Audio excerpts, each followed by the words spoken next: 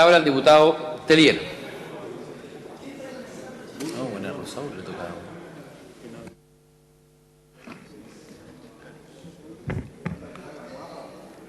Señor presidente,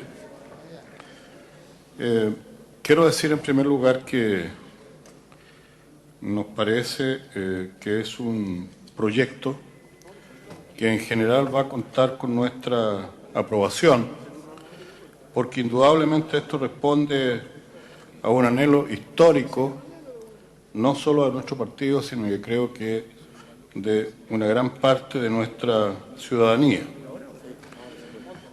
Yo solo para la historia fidedigna quiero decir que efectivamente el año 1952 se aprobó esta ley, pero hay una diferencia bastante grande con lo que tenemos hoy día, porque esa ley planteaba que el 15% de las utilidades del cobre se disponían para la compra de armas.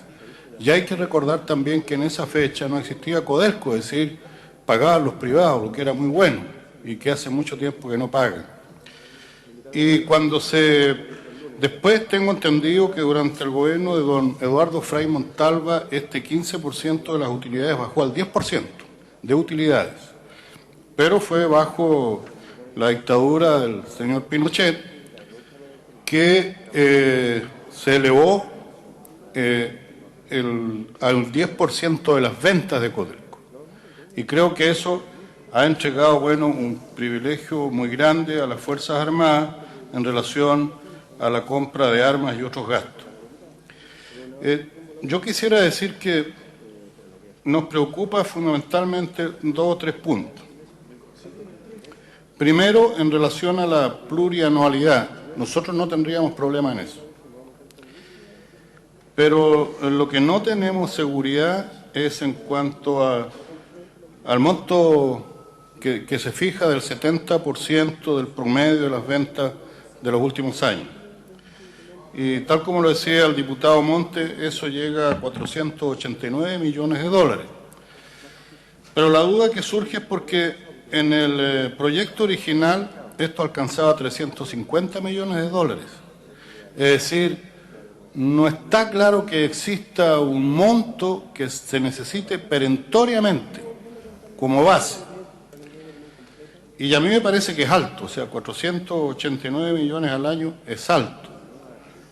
Y en ese caso, y claro, se deja también al Parlamento amarrado por 4 años a una aprobación, y en realidad sobre ese 70%, la verdad es que no tendríamos mucho que decir, salvo lo que podamos hacer respecto a fiscalización. Y yo en ese caso propondría que la primera cuota de estas anualidades se fije de conjunto con el Parlamento, es decir, que el Parlamento pueda discutir informadamente respecto de un presupuesto que se presente en este Parlamento y que se vote en este Parlamento teniendo a la vista esas necesidades. Porque en el tema de las armas, tengamos en cuenta que las armas es el mejor negocio del mundo. Oferta vamos a tener siempre. Lo que se gasta en armas, claro, nos da la seguridad, pero estamos hablando también de la seguridad en tiempos de paz y suponiendo que pueden haber complejidades, ¿no es cierto?, en las relaciones internacionales. Pero todo esto al final se transforma en nada. Es decir, es un gasto que es muy complicado. Y en ese sentido, si nosotros fijamos un presupuesto alto, después bajarlo es muy difícil porque cuando se pone una cantidad a gastar en armas, eso después es como una espiral para arriba y se lo van a gastar siempre todo. Es decir, no creo que vaya a sobrar plata. Entonces, por eso yo preferiría que en ese caso, realmente, en la discusión de la fijación de la primera cuota, el Congreso fuera parte de esa discusión.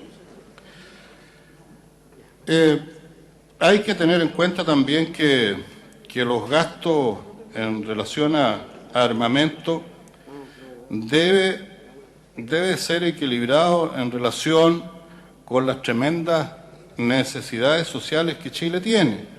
Y también, claro, debe estar condicionado por la situación con los vecinos, la situación internacional, etcétera. Entonces, no me parece que sea así, es un poco mecanicista y es temático fijar ese 70% como monto mínimo. En relación a, bueno, en relación a los gastos, a la reserva que se propone, que se habla de 3.000 millones. De la misma manera, yo creo que se debiera, de alguna manera, el Congreso poder discutir sobre ese monto.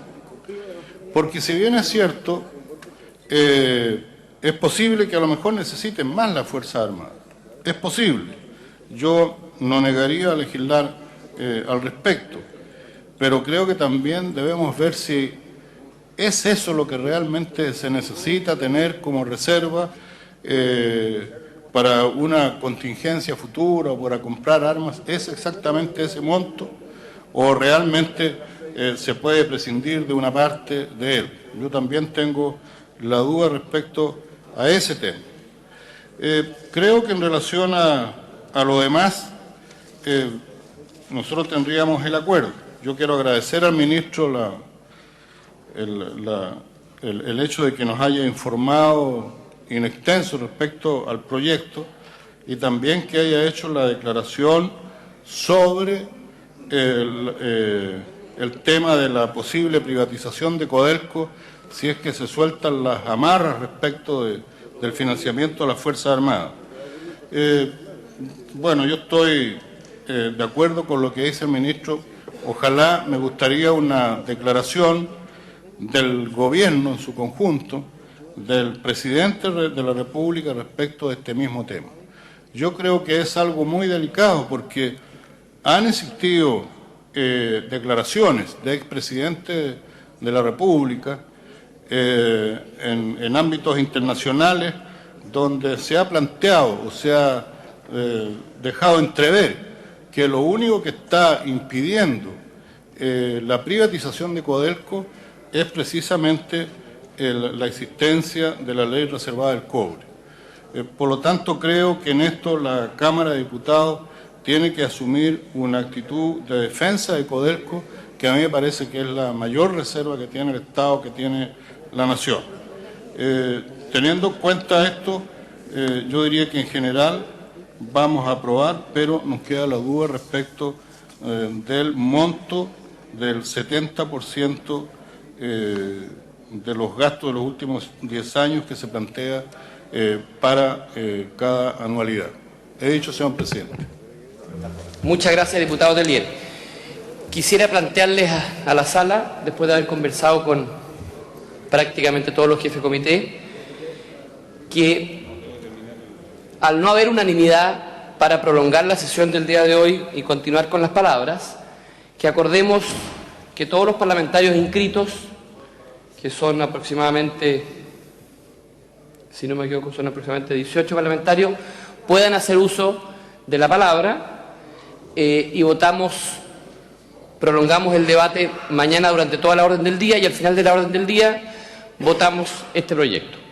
Con eso, esta lista de inscritos quedaría cerrada con los parlamentarios ya inscritos. Presidente, por favor. Diputada Adriana Muñoz.